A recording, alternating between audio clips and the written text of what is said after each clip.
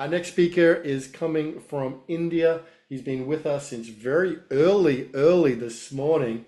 Oh my goodness, the commitment here and the devotion is extraordinary. Dr. A.K. Merchant is a dear friend of Unity Earth. I met Dr. A.K. Merchant through Yanni Maniatis and Daryl Bryant back many years ago now, probably 9 years ago in 2016 when we came to India on the Mystic Express. Dr. Merchant took us to the extraordinary Lotus Temple in Delhi, of which he is an executive at that incredible location. But Dr. A.K. Merchant serves as National Trustee Secretary of the Lotus Temple You're in the frozen. Bahá'í Yes. community of India, and a long-time advocate for gender justice, environmental stewardship, and interfaith dialogue.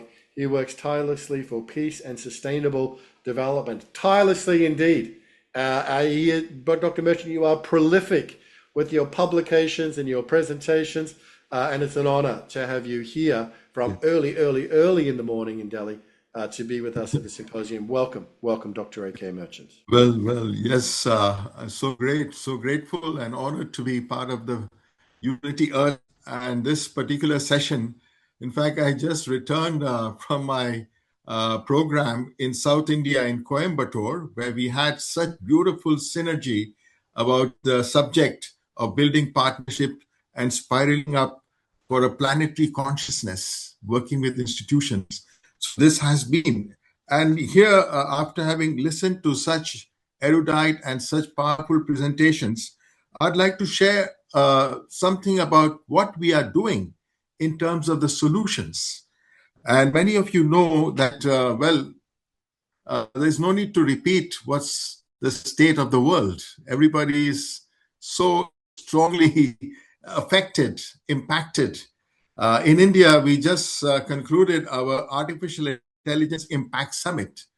And I was able to be part of that, not for all the 5 days, but for some of the time. And it was truly amazing what this artificial intelligence, and in the coming 2 years, the artificial augmented intelligence and the general intelligence is going to do to humanity. But let me come back to the solutions. You know, the civil society is composed of three protagonists. We have individuals, we have communities, and we have institutions. But what is the glue? What is that foundational institution that helps civilization to stay together and move forward? It is the family. In a recent analysis of the terrible world,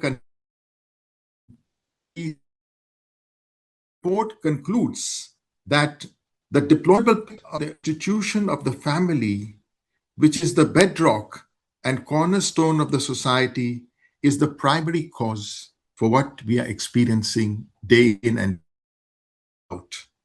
So in this context, the Baha'i community, that's one of my areas of service, but I'm also connected with the Temple of Understanding, the Sarvodaya Movement, the Shanti Ashram, the Shanti Sahyog. So all these have a very close bonding.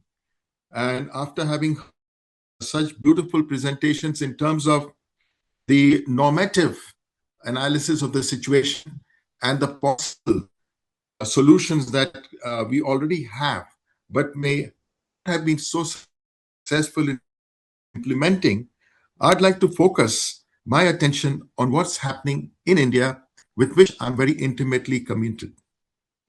With 65% of India's population under 35 years old, we must view that the youth, in fact, it extends to the youth throughout the world, they have an unparalleled opportunity to rewrite the narratives of poverty, inequality, unemployment, underdevelopment, and a host of other very serious issues that affect our lives.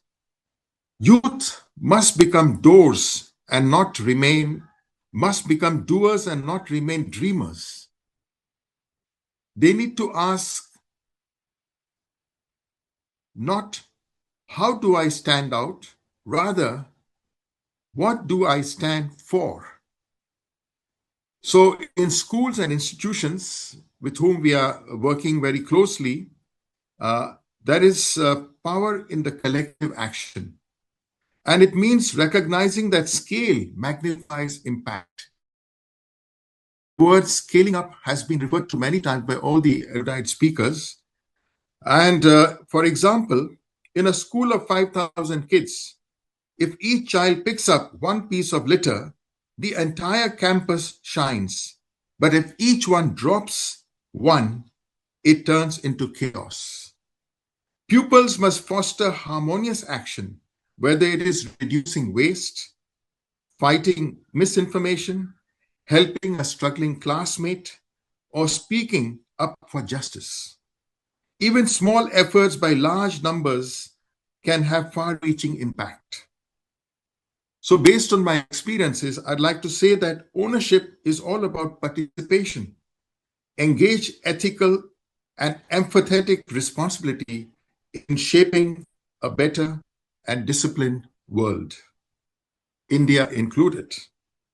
It is a shared duty of all the citizens. For me, as a member of the Bahá'í community, I believe I am a citizen of the world. The youth are resilient and ambitious, but to truly thrive, they need systems that support their growth, not just demand success. So in the Baha'i community, over several decades, generations of young people have dedicated themselves to community building endeavors and the advancement of their societies through service to others, dedication to the well-being of the generations to come, living a coherent life. Again, striving for coherence is very important. And forging new patterns of human interactions based on the principle of the oneness of humankind and remaking the character of human society. So, given the fact that India holds the world's largest powerhouse of human potential and the youth are at the very heart of it, the Baha'i institutions have devised with a tried and tested track record two successful grassroots educational programs. First one is what we describe Junior Youth Spiritual Empowerment Initiative. The second, it is anchored upon preparation, social action. This program is rooted in the belief that spiritual and scientific knowledge should go hand in hand. It is an educational initiative designed to empower youth and adults to be active contributors of their communities, to think and act effectively in a specific areas of community life. Participants are trained as promoters of community well-being, applying what they learn to real-life challenges. It is composed of 25 units covering language, communication, arts, and science, education, agriculture, health, and environmental conservation. So, preparation for social action emphasizes learning by doing with practical projects like community gardens, health awareness campaigns, and environmental restoration. The second activity is for the older youth, and it is in what is called the Institute for Studies in Global Prosperity. It is an educational and research organization. Yes. You're breaking up. I'll be concluding in a minute. Yeah, no, you just yes. the internet is coming in. Okay, so if you just maybe 1 minute. 1 minute. Go ahead. Yes. Go ahead. Thank you. Yes. Yeah. So this Institute for Studies in Global Prosperity is for the the older youth, and here they are active in dozens of countries, including India, and it's become a platform for thousands of young people to reflect, consult, and act on ideas that advance civilization. It is not just a seminar, it's a movement that helps young minds become protagonists in shaping a more just and unified world. They have 10-day gatherings to help college students explore how their studies and careers can align with humanity. So this ISGP collaborates with the non-governmental organizations and development agencies to study topics like governance, equality, and sustainable development. Both these programs strengthen family harmony and social fabric through transformation they bring in the lives of the youth. These endeavors have both programs and already in many languages are invited to extend this support, understand spiritual and scientific work for the better. The world is watching, and it is the young people who are being watched. There was a mention about loneliness. There was a mention about the breakaway from the relationships. So here, both these programs we have found work very well.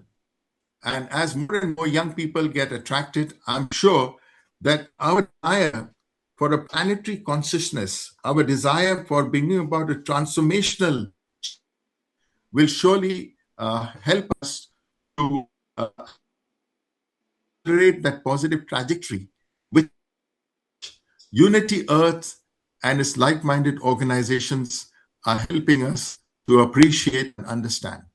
So I'm once again truly privileged and honored. Perhaps the bandwidth has become a bit weak, but I have been listening to very attentively to each one of the presentations, and I always will be there to support and extend as much as possible in every way to make this initiative, this consciousness, truly universal. Once again, with a deep gratitude from the core of my heart, I continue to stay with you as long as I'm able to do so.